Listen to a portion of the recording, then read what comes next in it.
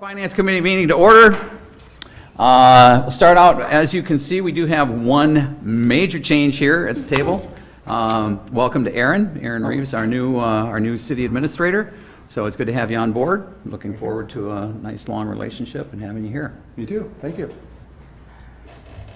All right, everybody have a chance to take a look at the minutes. Move to approve. Second. Motion second to approve. Any discussion? All those in favor? Aye. Opposed, motion's approved. Discussion and possible action on claims in the amount of $888,676.68. That's the total amount. A good chunk of that is for the fire station project that's going on. Okay. Move to approve. Second. Motion second to approve. Any discussion? All those in favor? Aye. Opposed, motion's approved.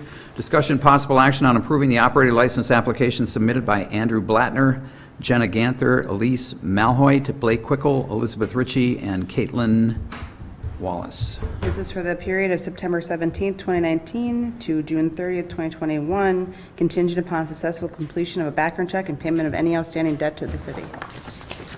Move to approve. Second. I'll just pick one. Just pick We'll leave one. it up to you. Motion second to approve. Any discussion? All those in favor? Aye. Opposed, motion's approved. Discussion possible action on approving the alternate bid submitted by Pembroke Companies in the amount of $95,231.25 for the Walnut Street Improvement Project. Mike. Good evening, everyone. Michael Mraz, Public Works Department. Here in front of you tonight to request approval of the bid submitted by Pembroke Company for the stated amount, $95,231.25. We did receive two bids for the project. This is for Walnut Street, replacing the concrete in your packet. You can see it's really deteriorated. We talked about it at the last council meeting and Finance Committee meeting. Received two bids, one from Pembroke Companies, Inc., one from Harmon Concrete and Construction, Inc. We did a base bid, which would have moved forward with the project this fall. And then based upon some contractors' comments being kind of late in the season, they were saying, well, would you be able to push the project back to spring? And Bolton and Mank, our engineer that kind of drafted the plans and the bids and specs for the project, said that we could do an alternate bid and just see what the price difference would be if we held off into the spring. And that's what the alternate bid one is. So as you can see, Pembroke Companies, if we were to move forward with a bid and have them do it this fall, it was $105,231.25. If we waited until the spring and get it done before May 20th, that's what's in the contract, they would take $10,000 off and it'd be $95,231.25. So seeing that we're late in the season and the weather's been very unpredictable, I'm recommending that we just encumber the funds and then just push the project back to the spring and save $10,000. So really no real rush to push it this fall, especially with the Spirit of St. Croix and, like I said, the rain that we've been having, and just do it in the fall, or do it in the spring, I'm sorry. So, any questions? Mike, what didn't we do that we have that overrun, or was it just bid over? So when we bid the initial street maintenance project, we did the GSB 88 applications in Heritage Greens and Hudson Meadows, and then we did a substantial crack filling project. And we had two bids for it. One was $180,000 from Farner, and the other one was $104,000 from the company that we hired out of St. Cloud. They never done business in town before, so we're thinking that they kind of lowballed it and to get their foot in the door. Really happy with their work that they did. Crack filling was great, in and out, and had no complaints about it. So we were able to save, over, close to about $80,000 that we were anticipating spending on just like crack filling and seal coating the GSB 88 application. So that's kind of the price difference where we had some of the remaining funds to put towards another project real quick. So the project street maintenance schedules you had were completed? Yep. Is there anything that is out there that sticks out in your mind that really needs to get fixed for $100,000 before we would allocate this for something that is a want and not necessarily a need? To be honest with you, there's more projects out there than $100,000 going to cover. And being this late in the season, we could roll over those funds and do more next year. Just because we have it doesn't mean we need to spend it. Correct. Yep. Correct. And I realize it looks terrible down there and it needs to be addressed, but is there something in town infrastructure-wise, that's more important to be fixed with that money. The roads that are in dire repair, for example, Domain, there's a street off of Montcroy that we discussed earlier. I mean, those are streets that are going to be a mill and overlay project, the ones that are our poorest rating. It's nothing that a seal coat or something is going to repair. With that being said, I mean, there's always roads to seal coat, to crack fill, so on and so forth. So I mean, it's kind of a pick your point, like you said, that down there is in bad shape too. I know it's traversed by thousands of people every weekend, you know, so I mean, it's I'm giving you options, so. I'm curious what you guys think. There's always plenty of projects that need to be done, especially in my neighborhood. I've been advocating for a number of things back there. But this is a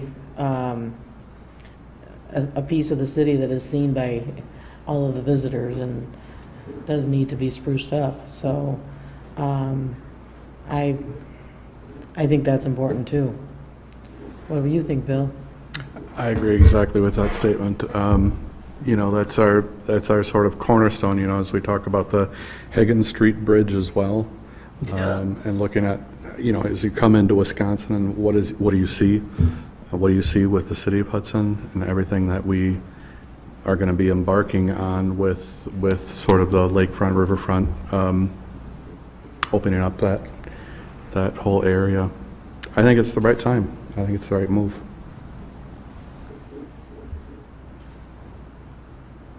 And I think saving $10,000 by putting it out till the spring is a no-brainer. But I'll move to approve. I'll second it. Motion second to approve. Further discussion? Just remember when we voted on this, so come next time we have a project that is in dire need, Yeah. we don't have the funds, we gotta dip into something else. So, Anybody else? All those in favor? Aye. Opposed? Motion's approved. Discussion and possible action on approving the transportation impact fee study with the Trilogy Consultants in the amount of $3,682.39. So staff had two firms come and present on impact fees. And this is kind of piggybacking on what Kip is doing with the utility department. He's doing an impact fee study for his water connection and sewer connection. And after speaking with the firms, you know, the city of Hudson is possibly, or I shouldn't say possibly, is losing out on some funds that they could acquire from newer development, particularly in transportation. You know, for example, the Atwood property, you know, we have a lot of discussions on pedestrian safety. And so through the state statutes, the city would be able to impose a impact fee on transportation and pedestrian, you know, safety, so on and so forth. With that being said, in order to do that, and correct me if I'm wrong, Kathy, on any of this, because this goes back a lot, this goes back many, many years, and I know that you've had discussions with the park side, but this is transportation, and I'm going for both tonight, but you need to do a study for basically, you got to identify projects that these impact fees are going to be spent on. You got to do a market analysis, so you can't just pull an impact fee out of the thin air and just say, we're going to charge every home $5,000 to go towards, you can't do that. You got to have a justification for the rates that you're charging. Like I said, they got to have the projects identified, where the money's going to be spent. Is it within the district, was it within that zone that those monies are going to be collected, it's going to be spent in that area, so on and so forth. So and then there's, you know, state statutes and everything that needs to be followed. So with that all being said, there needs to be a study done, all these, you know, T's crossed, I's dotted, and then they'll pump out a report, and then we can start to charge, you know, a $250 impact fee. I don't know what the number is going to be, but a transportation impact fee that we can put away for, you know, pedestrian crossings, you know, tunnels, you know, to help offset some of those costs that these developments. Created by new development. Created by new I mean, development. the costs are created by the needs created by new development. Correct. So it does have to be related to new development. which your example is Yeah. germane. Yeah. Yeah. So looking to approve the transportation fee, transportation study in the amount of $3,682.39. Funding would come from some remaining funds in the Carmichael corridor study. I did ask SEH. We have $8,410 remaining in that fund. I asked them if that study was closed out. There is going to be about $1,100 coming from that meeting that we had with the state a couple weeks ago about the interchange. Other than that, that project has been closed out. And so there's some funds there that we'd be able to use for this transportation study that I'm looking to use. I'll move we approve it. I'll second. Motion second to approve. Discussion? All those in favor? Aye. Opposed? Motion's approved.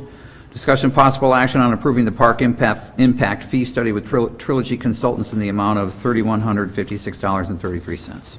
Yep, along the same lines, and what I'd like to read here is some clarification, because currently the city of Hudson imposes a park dedication fee for the new development. The thing is, with the park dedication funds that we have, they're very, and Kathy can talk to this, they're very restricted to the use. It has to be initial development, initial land purchases. And so we're running into situations where we're trying to, the park board is trying to think of projects to do with these funds, and we're kind of struggling to, find initial development. And so a park impact fee, there's a little more flexibility with what you can spend the funds on. And I just want to read this for you to kind of clarify the two. So a park dedication fee is imposed under Wisconsin Statute 236 as part of the subdivision plat approval process. It can only be used to pay for the cost of land acquisition and initial site improvements, grading, landscaping, utilities, sidewalks, restrooms, playground equipment. A park impact fee is imposed under Wisconsin Statute 660617, which has more specific requirements for how the fee is calculated. Impact fees are charged at the time of building permits, so you get the revenues later in the process, but that also allows you to charge the fees to redevelopment projects, not just new subdivisions. Impact fees may also be used to pay for a wider variety of park facilities because the language in the 660617 doesn't limit you to the initial improvements. So with that, and a lot of some of the newer state statutes that we should be following, now is a good time to, like I said, piggyback on the other ones that we're doing and do them all at one time. So we're doing things according to state statute. I get everything, Kathy? Yeah, no, I'm not an expert on impact fees, so.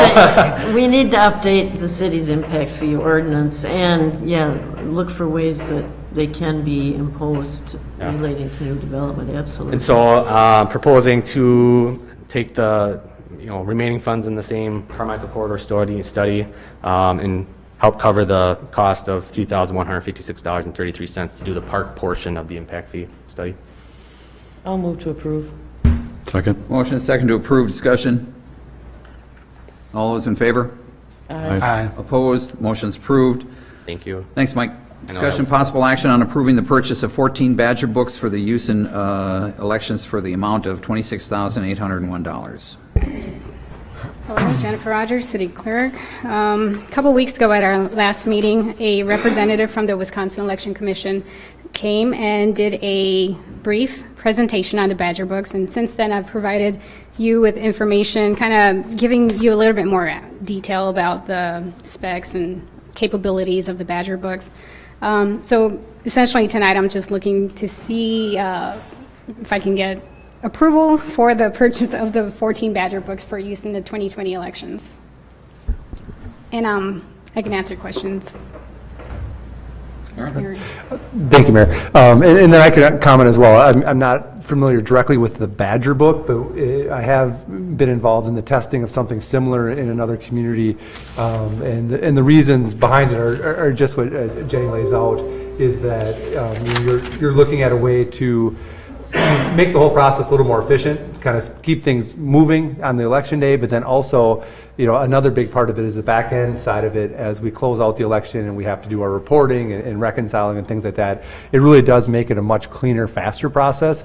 I anticipate that at some point this is going to be a requirement for all the cities, we're able to, get involved now. It sounds like we had a very nice turnout at our last election, and I would assume this next one will not be less than that. But just based on all the national involved, with the next election, it's going to be a much possibly higher turnout even, which is almost hard to do, but it seems like it would have to just logically be that. So, to me, it's something where it seems like, from what I can see from it and then my experience with it, that the technology part is a way to improve the process both on the front end for our voters, but also on the back end for our staff, saving us time and money both ways. But also, it's the way everywhere is moving. A number of states have already required this. I would assume that we'll be getting there eventually as well. But with it, it's, on our end, we're just using it as a tool. The state of Wisconsin is the one that's going to be providing the software, the updates, the security, all those sort of things for us. So really, we're just using the equipment that they're providing to trying to help our process out. But the worries about security, those sort of things, the state will be handling that. They will be making sure that it's secure. It's not falling on us and our IT department to be, kind of concerned about some of those sort of things. The state of Wisconsin will be taking care of that. They'll be keeping the updates. They'll be monitoring it, tracking it. If there are problems, there'll be ones that'll be addressing it. So to me, it does seem like a good way for us to improve our process and get involved early in something that I think is going to be probably required statewide at some point here in the near future. The mayor and I had some questions. In particular, the mayor was very adamant about when they come to vote and they have a different idea or ID, different address, fraud could happen, and it can happen anywhere. I get that. So what's your experience with that? Well, and it's like you said, actually, I think this is a better way to identify fraud versus, the current practice where when you come in, this hopefully, from what I understand with the system, has a better tie-in where we can verify a little easier if it's a fraud situation, if it's a fake ID or somebody's other or something like that possibly. But, like I said, if fraud is going to occur, whether you have paper or electronic, that's really not my concern. And to be honest, in all my years of experience with elections, voter fraud really does not occur on a very regular basis, if at all, in most elections. My concern with anything electronic is always actually the kind of the hacking and the influencing of the backside of it. Once it's in the system, I don't worry as much about people coming to our polls trying to be someone else and vote in an election they shouldn't. It just really doesn't happen very often. Honestly, my bigger worry with anything is that backside of the hacking. But again, with us in this system, that's the state of Wisconsin's responsibility to monitor that and take care of that. But again, it wouldn't be just us that they'd be doing it for. They would be, already with our current practice, we have to submit everything to the state. They enter it in their system, all those sort of things. Somebody would be trying to hack the state of Wisconsin system, not our city system. So to be honest with the voter fraud part, I don't see it as really an issue that we would worry about. And I don't think this would make it more difficult to catch. I think this would actually probably help in that process to make sure that we're addressing it if it does occur. You're just reducing the number of checks and balances, though, because you're going to one election judge instead of the two from separate different parties. That's a concern. And I guess, Jenny, feel free to weigh in. We can stay with the two. One was just suggested to help with cost savings, but we can definitely stick with two election inspectors for each one. We have to. I mean, we have to. And the big concern is, I know that we're not getting the volunteers that we used to get, and we need to assure that we're going to, because we're actually increasing the number of terminals here, right? So we need 2 for each one of these. So we're going from 12 to 24. Is that right? Sorry, election workers per poll book, is that what you're referring to? Yeah, you want 2 for each poll book, right? Well, we do have some reserved election inspectors, and I'm pretty confident that we can find the workers to man the stations. That's my biggest concern. Well, and that's mine right now too. I had conversation with Jenny before, and after our last meeting, and I think Jenny did a better job of explaining it than the representative did. I don't particularly like somebody coming in telling us that this is great, great technology, and we don't have to verify addresses, which is what he said. We don't, that's just wrong. So you alleviated that concern, or a couple concerns that I had, but the bigger concern right now is that we need election judges, and we're having a hard time. The way I understand it, we're having a hard time getting election judges, and we're going to need more. So we do have a plan to recruit some workers through the high school. There's some criteria who would be able to qualify, but also it's just citywide, trying to recruit more workers. And it's a nationwide problem. It's just not with the city of Hudson. It's everywhere. They're constantly, they'll help us for a time, and then, we'll need to find more. Sure. All right, so do we have a plan? What do we do if we don't have enough election judges? Because we need, if that screen is going to verify the people that are coming in, we want 2 election judges for each screen. So what is our fallback position if we don't get 2 for each screen? Well, before each election, right now, the political parties are kind of trying to recruit who they want to work for the next election cycle, 2020 to 2021. So if we see that we're running short on election inspectors, then we do what we can. I mean, we recruit friends, families, neighbors, and we put some notices out there in the media trying to recruit people for it. But typically before each election, we try to find out who do we have to work that election. If they're snowbirding and they're somewhere else, then we make sure that we have adequate amount of election inspectors. And we just make sure that we're constantly looking for new people. And just within the last couple of weeks, we have had about 6 people sign up. So it's constantly changing. Thank you.